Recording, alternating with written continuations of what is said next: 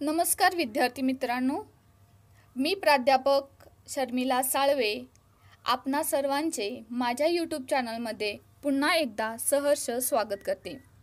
आजच्या भागामध्ये आज आपण B.Ed सत्र 1 मधील ज्ञान आणि अभ्यासक्रम या पेपरमधला माहिती व कौशल्य यातील फरक हा घटक अभ्यासणार आहोत। आता ज्ञान व कौशल्य यातील फरक अभ्यासण्यापूर्वी पहिल्यांदा आपल्याला ज्ञान ही संकल्पना समजून घ्यावी लागणार आहे।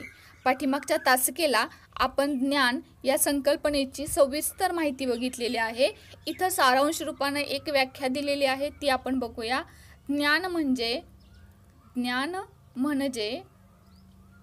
एखाद्या विषयाचे म्हणजे मराठी, हिंदी, इतिहास, भूगोल यासारखे जे विषय असतात त्यापैकी एखाद्या विषयाचे किंवा त्यापेक्षा इतर काही विषयांचे, त्याचबरोबर वस्तूबाबतचे। वस्तू म्हणजे काय की मोबाईल असेल, टीव्ही असेल, फ्रीज असेल, वॉशिंग मशीन असेल किंवा रोबोट सारखं एखादं यंत्र असेल, त्या वस्तूबाबतचे सैद्धांतिक आकलन म्हणजे काय की त्याची तात्विक माहिती, की एखादी वस्तू असेल तर ते कशा पद्धतीने काम करते, एखादं यंत्र असेल तर त्याच्यामध्ये कुठले फंक्शन असतात, ते कशा पद्धतीने कार्य करतात, काय केल्यानंतर त्याच्यामध्ये बिघाड येऊ शकतो, त्याची काळजी कशा पद्धतीने घेतली पाहिजे, या सर्व बाबींचं आपल्याला आकलन असणं म्हणजे त्या बाबीचं आपल्याला असलेलं ज्ञान होय। तर कौशल्य म्हणजे काय, तर कौशल्य म्हणजे नैपुण्य किंवा प्रावीण्य।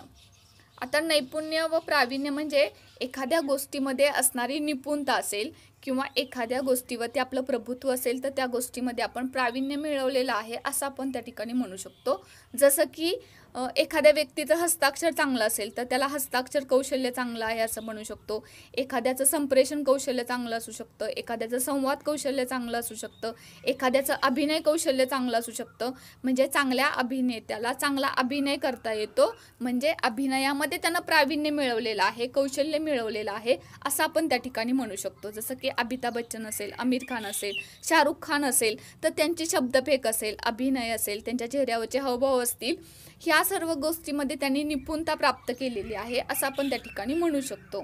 म्हणजे कौशल्य प्राप्त होण्यासाठी काय अभिप्रेत आहे, तर ती क्रिया कमी वेळात व कमी परिश्रमात करता येणं। म्हणजे अमिताभ बच्चन किंवा शाहरुख खान जेव्हा अभिनय करतात तेव्हा तो अभिनय करण्यासाठी त्यांना 4-4 महिने सराव करावा लागत नाही, परंतु उदयनमुख एखादा अभिनेता असेल तर त्याला एखादा डायलॉग म्हणण्यासाठी रात्रभर पाठांतर करावं लागतं, रात्रभर आरशाच्या समोर उभा राहून त्याची प्रॅक्टिस करावी लागते। परंतु निपुणता प्राप्त झालेल्या व्यक्तीला सहजरित्या त्या गोष्टी करता येतात। साधं उदाहरण बघितलं तर आपल्या घरामध्ये असणारी आई, तर आपली आई स्वयंपाक जर करत असेल तर अगदी कमी वेळामध्ये, कमी परिश्रमामध्ये, परंतु अतिशय चांगल्या रीतीचा स्वयंपाक ती करत असते। म्हणजे स्वयंपाक करत असताना एका वेळी ती हजारो कामं करत असते, म्हणजे त्या बाबीचं तिला कौशल्य आलेलं आहे असं आपण त्या ठिकाणी म्हणू शकतो। त्याचबरोबर कौशल्य हा घटक आपण बघत असताना यामध्ये सफाईदारपणा तर अपेक्षित आहे, परंतु कौशल्याचे मुख्यत्वे 2 प्रकार पडतात, ते म्हणजे कारक कौशल्य आणि दुसरं आहे शाब्दिक कौशल्य।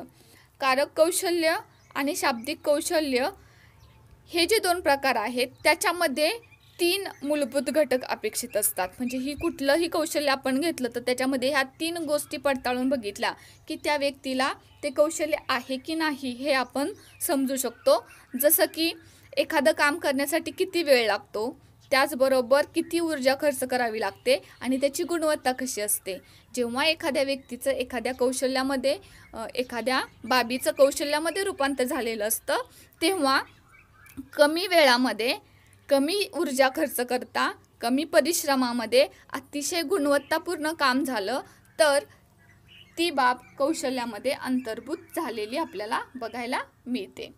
म्हणजे कौशल्य बघत असताना आपण ह्या 3 बाबी विचारात घेतल्या पाहिजेत की वेळ, शक्ती आणि गुणवत्ता, ह्या 3 बाबीचा सुयोग्य संबंध ज्या ठिकाणी साधला जातो त्या बाबीचं कौशल्यामध्ये रूपांतर झालेलं आहे असं आपण त्या ठिकाणी म्हणू शकतो। त्यानंतर आपल्याला ज्ञान व कौशल्य यातील फरक अभ्यासायचा आहे। तर ज्ञान आणि कौशल्य या 2 बाबीमधला मुख्य फरक काय आहे, तर पहिला फरक जर आपण बघितला तर आपल्या लक्षात येईल की एखाद्या विषयाचे सैद्धांतिक व त्याच्या कृतीबाबत झालेले आकलन म्हणजे ज्ञान होय. म्हणजे सपोज एखादी कार आहे, तर त्या कारचे पार्ट्स आपल्याला माहिती असणं ही माहिती झाली. तर त्या कारचा वापर कुठं केला जातो, एक्सिलेटर कुठं दाबला जातो, किंवा ब्रेकचा वापर कुठं होतो, तो किती वेळा करायचा असतो, स्टेअरिंगचा वापर कुठं करायचा, रिव्हर्स गिअरचा वापर कुठं करायचा, या बाबीचं आकलन हे ज्ञानामध्ये अंतर्भूत होत असतं. परंतु एखाद्या व्यक्तीला त्या सर्व पार्ट्सची चांगली माहिती आहे म्हणजे तो उत्तम ड्रायव्हर आहे असं आपण त्या ठिकाणी म्हणू शकत नाही. जसं की बघा, एखाद्या वाहनाचा जो मेकॅनिक असतो, तो त्या कारचे अगदी छोट्या भागामध्ये विभाजन करू शकतो. म्हणजे इच अँड एव्हरी पार्ट त्याला त्या गाडीचा माहिती असतो. तो ब्रेक ओपन करू शकतो कार, आणि पुन्हा ती कार आहे तशी जोडू शकतो.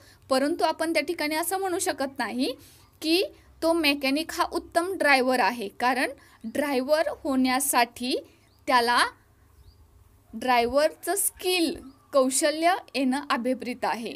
परंतु ड्रायव्हर हा चांगल्या पद्धतीनं कार चालवू शकतो, ड्रायव्हर हा चांगल्या पद्धतीने एखादं व्हेकल चालवू शकतो, परंतु तो चांगला मेकॅनिक आहे असं आपण त्या ठिकाणी म्हणू शकत नाही. म्हणजे मेकॅनिकला त्या कारची माहिती आहे, सैद्धांतिक माहिती आहे, तात्विक माहिती आहे, त्याला सगळे पार्ट्स माहिती आहेत, कसे ओपन करायचे, कसे रिजॉईन करायचे हे त्याला चांगलं कळतं. परंतु तो उत्तम ड्रायव्हर असू शकत नाही, कारण ड्रायव्हिंग हे एक कौशल्य आहे, आणि ते कौशल्य मेकॅनिकपेक्षा ड्रायव्हरला चांगल्या पद्धतीनं जमू शकतं. म्हणजे कौशल्य आत्मसात होण्यासाठी सरावातून विकसित झालेली निपुणता आवश्यक आहे. की पार्ट्स माहिती असणं वेगळं, आणि त्या पार्टचा चांगल्या रीतीनं सफाईदारपणे कुठलाही धोका न पत्करता किंवा इतरांना आणि स्वतःला अपघात करून न घेता वापर करता येणं म्हणजे त्या बाबीचं त्या व्यक्तीला असणारं कौशल्य आहे असं आपण त्या ठिकाणी म्हणू शकतो. त्यानंतर बघा, दुसरा फरक आहे तो म्हणजे ज्ञान याच्यामध्ये सैद्धांतिक भागावरती भर दिलेला असतो. म्हणजे ज्ञानामध्ये तात्विक माहिती दिलेली असते, तर कौशल्यामध्ये कृतीवरती भर दिलेला असतो. जसं की बघा, मायक्रो टीचिंगच्या पूर्वी आपल्याला तात्विक माहिती दिली जाते की मायक्रो टीचिंगची पार्श्वभूमी काय आहे, किंवा मायक्रो टीचिंग म्हणजे काय, त्याच्यामध्ये येणारी कौशल्य कोणकोणती आहेत, हा सैद्धांतिक भाग झाला, तो ज्ञानामध्ये अभिप्रेत आहे. तर मायक्रो टीचिंगचं तात्विक माहिती दिल्यानंतर जो डेमो घेतला जातो, किंवा डेमोनंतर विद्यार्थ्यांना सादरीकरणासाठी गटामध्ये संधी उपलब्ध करून दिली जाते की जिथं त्या विद्यार्थ्यांना, प्रशिक्षणार्थींना प्रत्यक्ष कृती करायची असते, आणि त्या कृती त्यानं वारंवार केल्याच्या नंतर, सराव पाठाला गेल्याच्या नंतर, किंवा वार्षिक पाठ झाल्यानंतर म्हणा, किंवा ॲक्च्युअल नोकरी करत असताना त्या विद्यार्थ्याला त्याच्यामध्ये निपुणता प्राप्त होते, आणि त्याच्या त्या टीचिंगचं कौशल्यामध्ये रूपांतर झालेलं आहे असं आपण त्या ठिकाणी म्हणू शकतो. म्हणजे ज्ञानामध्ये सैद्धांतिक भागावरती भर दिला जातो, तर कौशल्यामध्ये कृतीवरती भर दिला जातो. त्यानंतर तिसरा फरक आहे तो म्हणजे ज्ञान ही एखाद्या बाबतीतली जाणीव जागृती असते. की ज्ञानामध्ये आपण जास्तीत जास्त फक्त मेंटली त्या व्यक्तीची जाणीव जागृती करू शकतो, त्याचा मानसिक दृष्टिकोन बदलू शकतो, परंतु कौशल्यामध्ये त्याच्यावरती कृती करणं अपेक्षित असतं. एखाद्या बाबतीत त्याची कृती करणं ही बाब त्याच्यामध्ये अंतर्भूत असते.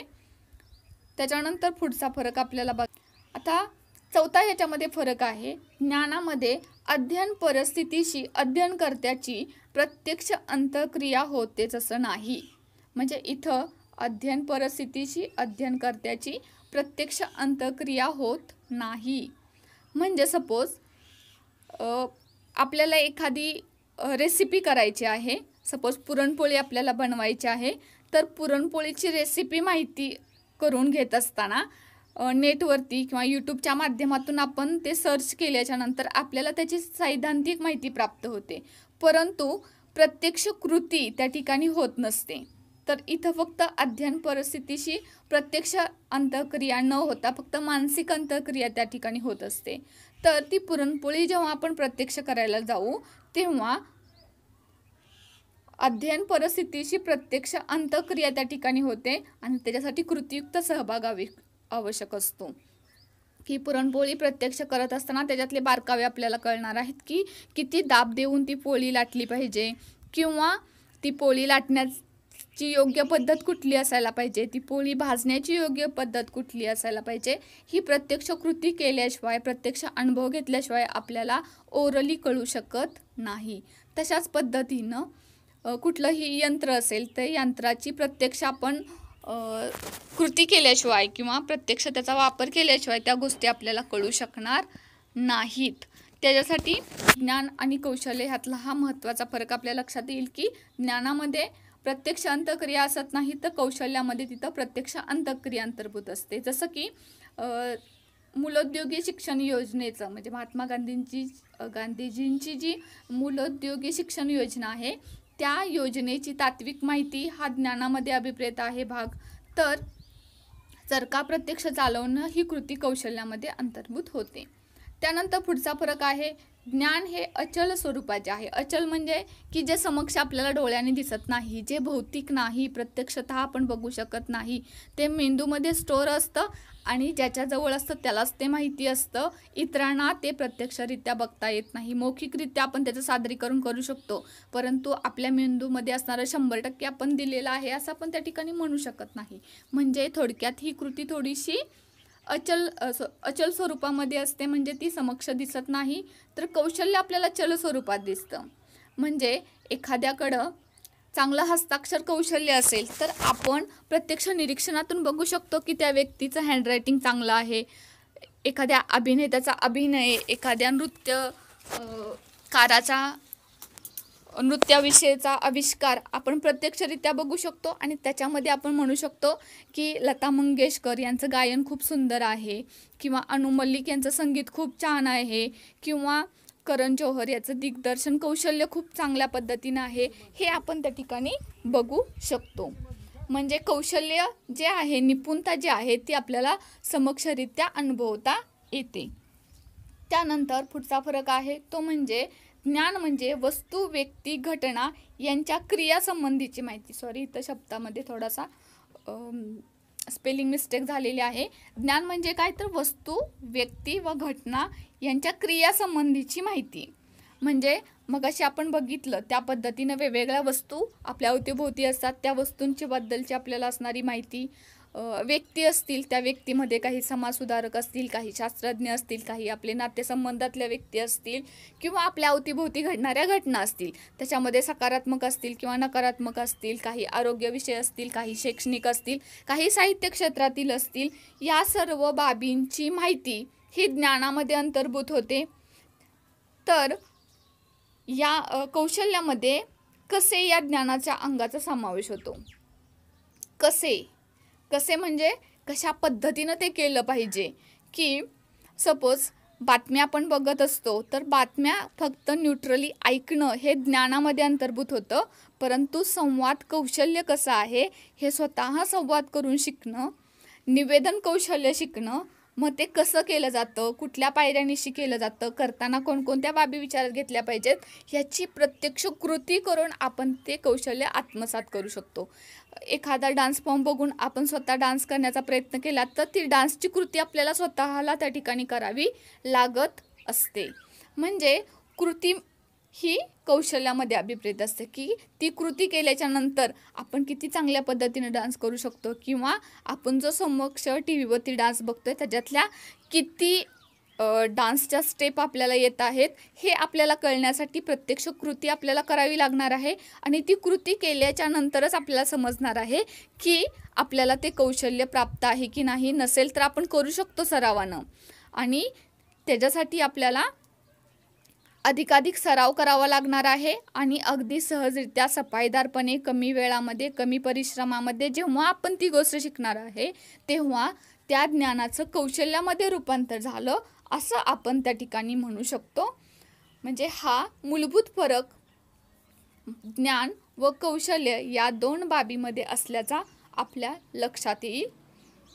तर इथपर्यंतचा भाग आपण या टॉपिकमध्ये बघितलेला आहे. यानंतरचा भाग आपण पुढील तासिकेला पाहूया. Thank you so much.